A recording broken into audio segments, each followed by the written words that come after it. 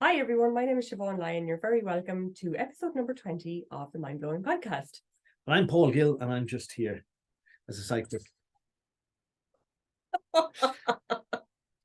That's horrendous. So today we're talking about conditioning, and we're on a bit of a laugh and a joke before we come on. We were, yeah. About conditioning, but conditioning really defines how we are as people when we're adults. You're not accidentally the way that you are. You've grown into becoming that person. And in order to understand how you are, you need to have a look at where you've come from. What were the things that influenced you growing up? So if I put that question to you. Like the first thing that pops into my head is Pavlov's dog, because that's what we learned about in college. Yeah, we always had dogs growing up and everything. So yes.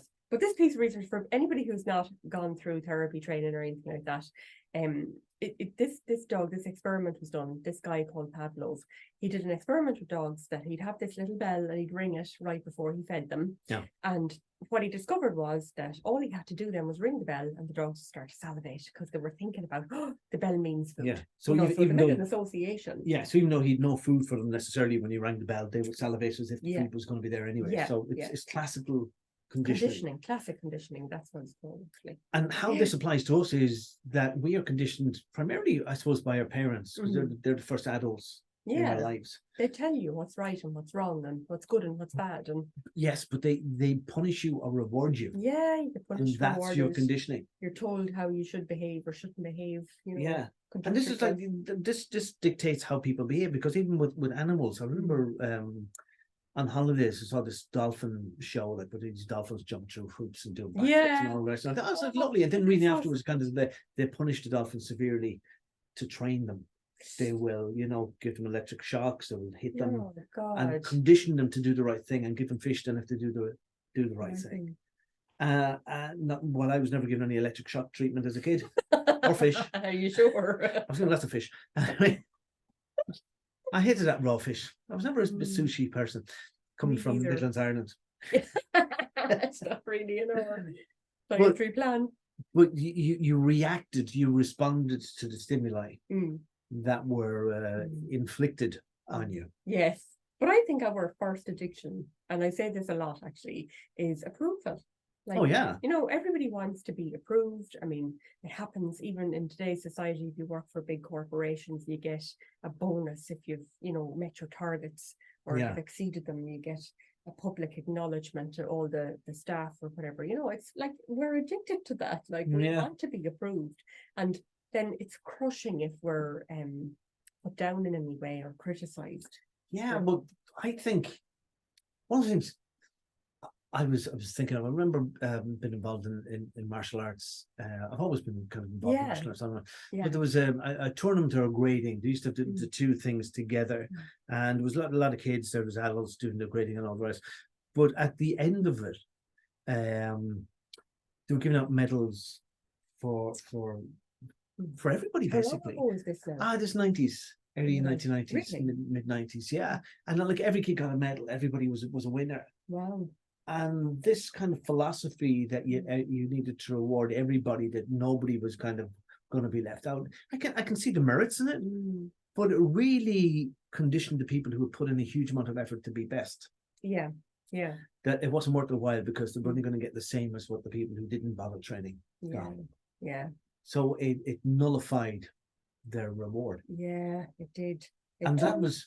It was a philosophy. I remember reading about it that came from the States in around that time. They kind of go, well, it's very important that everybody feels valued and everybody feels that they're important and everybody should get a reward. But it goes contradictory to nature. Yeah, it does. I suppose you want to win, don't you? Then because you get the reward at the end of it. You're going to get the medal or the trophy or whatever it is. I remember that happening as well. In the girls in their school. Like I remember one year, it was, a first, second, and third prize. And then suddenly the next year that changed and everybody was getting a medal. There was still the first, second, and third prize. Yeah. But I think the third prize was nearly like everybody got a medal at that stage. Everybody was third. So if you came third, it didn't matter, Yeah. It was one for everyone. Now, I suppose being on I've both won things and I've lost things, and to be a mother then and see your children, if they win or they lose, having seen them lose and get a medal anyway, it is some comfort in that. You feel, but doesn't it go against conditioning? if you get the same outcome regardless of whether you've been good or bad, what do you learn? You learn it doesn't matter. Yeah, you don't need to try then. There's no point trying, I guess. You don't need to be. But that depends on your own internal dialogue. I mean, what do you think about yourself? I mean, but can you is learn it important to win, or is it the medal? Well, you learn that from conditioning, don't you? Yeah. And so your parents, your teachers, and you alluded to your boss. Yeah. You like to get at that employee of the month thing. Yeah. But do they send out an email to say that you were bottom of the heap, that you were the worst performing employee in the company? That's a separate, you sue them for that, kind of, even though it might be factually performance review. you could sue them for that. You see, so you're prohibited from expressing what is actually factually true, because you kind of, You are actually, because I've been in lots of managerial roles where you're not allowed to tell people they're doing a crap job. Is it true that you're not allowed to give somebody a bad reference now? That's true, yeah. Doesn't that negate the whole thing of a reference? Like if you were taking on somebody, you really want to know if they're a serial killer or if they're actually good at their job. Yeah, you can't say anything bad about them. So you can only say, like, if somebody's really bad at timekeeping, then you don't bring that up at all. So if, as an employer, you've got to be able to read between the lines. You could say, okay, if somebody says this person was great at from timekeeping, a clock, give them a clock in the first week's wages. Yeah. With an alarm bell on. Yeah. You might have to ring them to get them up in the morning, Yeah. But they're a great employee. They're great. They're very chatty or whatever it is they are. So you're drawing on their good points only. Yeah, but I suppose then, as their prospective employee, would you be reading between the lines and say, well, why didn't they mention something? But that's it. That's what you have to be skilled at. That you have to read between the lines. Some places will send you out a scaling document. I've had this come to me as well for references, where they'll send you out a document and ask you to fill it in on behalf of the employee that they're thinking of taking on.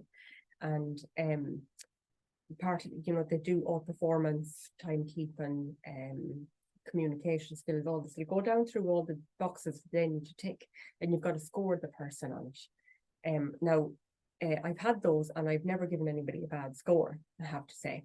But I'd be more in the middle, because you're not allowed legally to give somebody a bad score. But see, who decides this? If somebody and why isn't good at timekeeping, for example, they might get a 5 out of 10 rather than, because in the middle of the road, Right. They're not, you can't say they're bad at timekeeping. No. You can't say they're good at it. I can't say they're really bad, and that's why we let them go in the first place. Because they don't know how to keep time. Right. So it's political correctness, isn't it? Yeah. And it's kind of taken all the purpose out of giving somebody. I think, what they try to do is they try to stop people from giving bad references for little or no reason. And I think, like, if somebody rang you up and says, oh, Siobhan Lyon is looking for a job here, what you think of her, and say, she's freaking useless, that one, definitely wouldn't. I ignored that when I saw it, Siobhan, and I just thought I'll give her the benefit of the doubt. Give her a start. Maybe she can make a fresh start. Maybe she can make something of herself. I've learned from the errors of my ways. No. What do you think? I doubt it. But you remember, like, I like to harp back to nature and what is natural, and the rebuke you would get in the way your mother would look at you. Sometimes. Oh, Jesus! She wouldn't say anything. She would look. Crush you. With your teacher. What? You just knew. Yeah, my teacher I had him give me. But isn't it? It's not a natural thing. Like, I mean, animals do it as well. Animals do it to the cubs to kind of just give them the look. Get the bite you. Yeah, well, my mother never bit me, but. It's a good job my mother had Paul's teacher. I would have been bit. It would have stuck here in the back of your neck. That's what that scar is back there, Paul. Right. She took them out and threw them out. But don't we get this conditioning from the off? Like, you're conditioned by whatever you're exposed to. So when you're a kid, like it's books and television. Yeah. And especially Disney being television for kids. Oh my God, yeah. You're conditioned to this kind of like it's a happy outcome, that the person is going to be in happy out. Something bad happens to them. They have to go on a journey. They have friends. They go through trials and tribulations, and everything. They overcome it, and they come out, and then they write the sequel, and the sequel to the sequel, and the sequel. Yeah. And that becomes your expectation. Yeah. That things turn out right, kind of in the end. Yeah. Definitely. And I like watching cinema or films that aren't made in Hollywood, aren't mainstream. Yeah. Where you get some independent film.